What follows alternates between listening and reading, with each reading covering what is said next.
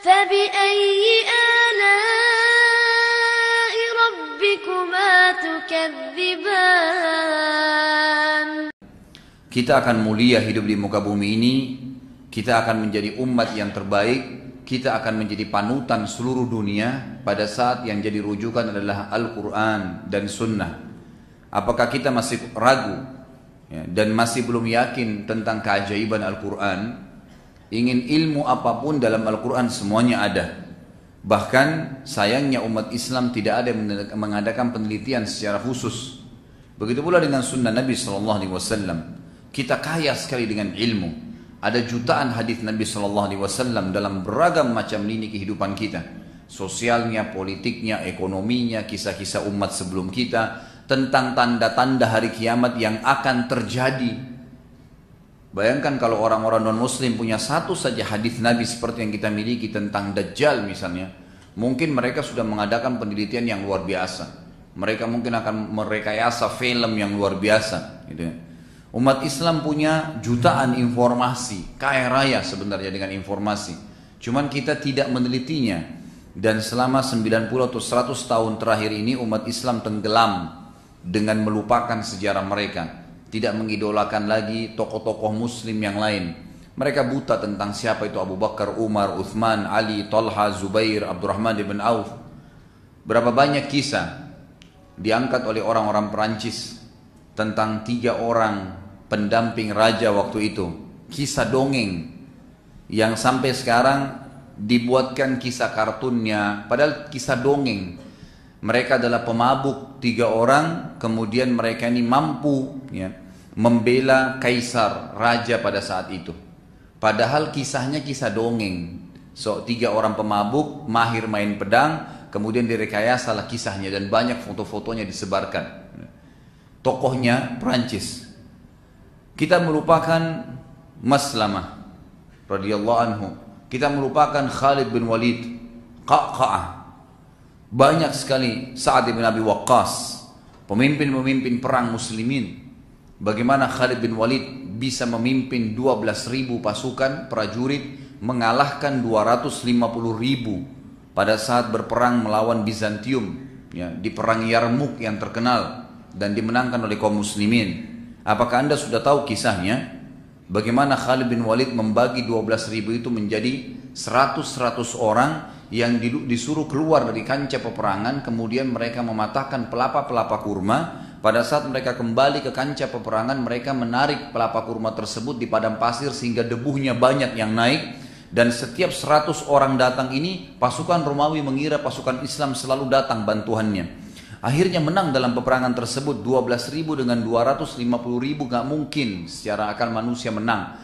Tapi itu kisah nyata, gitu kan? Belum lagi Qadisiyah, peperangan yang terkenal Qa'qa'ah. Bagaimana dia melumpuhkan pasukan gajahnya Persia dengan menombak di antara 2 mata gajah. Bagaimana dia melakukan gajah pada saat itu. Dan itu sebuah peran yang luar biasa. Ya. Bagaimana Maslamah pada saat dilempar, dia minta dilemparkan masuk ke dalam benteng musuh. Diketapelkan dari jarak jauh masuk ke medan musuh. Itu kisah nyata para sahabat Nabi Ridwanullahi alaihim. Ini bukan kisah seperti yang direkayasa sekarang orang non-muslim. Kita lebih kenal Spiderman, kita lebih kenal Batman, kita lebih kenal Superman. Padahal semua itu khayalan. Mana orangnya? Nggak ada. Bohong semua itu. Jelas-jelas bohong. Cuma direkayasa seakan-akan itu benar dan hebat. Tidak ada Superman itu, saudaraku. Tidak ada itu Batman. Itu cuma artis saja yang datang. Nggak ada Spiderman. Itu kisah-kisah nyata supaya membuat umat Islam ini menganggap orang-orang non-muslim itu pasti hebat.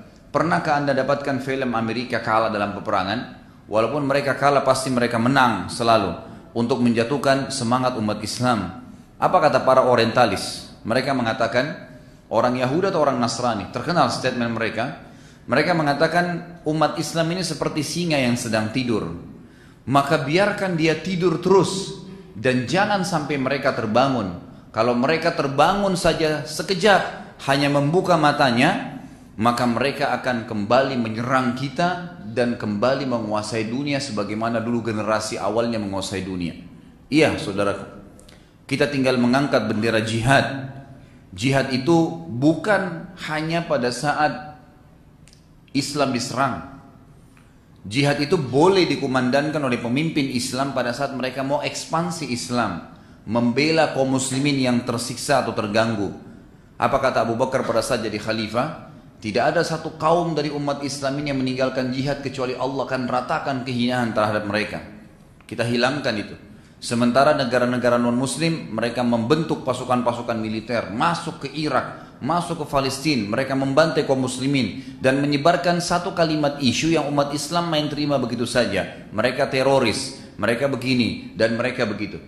Lalu kemudian kita terbawa arus menjadikan mereka sebagai kiblat. Akhirnya umat Islam menyerang umat Islam yang lainnya. Ini dari mana konsepnya? Gitu kan? Tidak mungkin.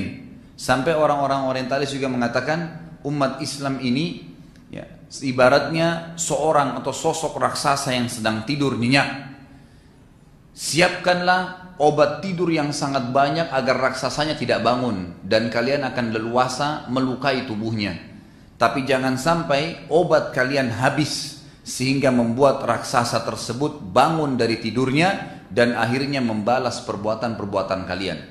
Obat tidur itu yang dimaksud adalah buatlah umat Islam agar mereka jauh dari agama mereka.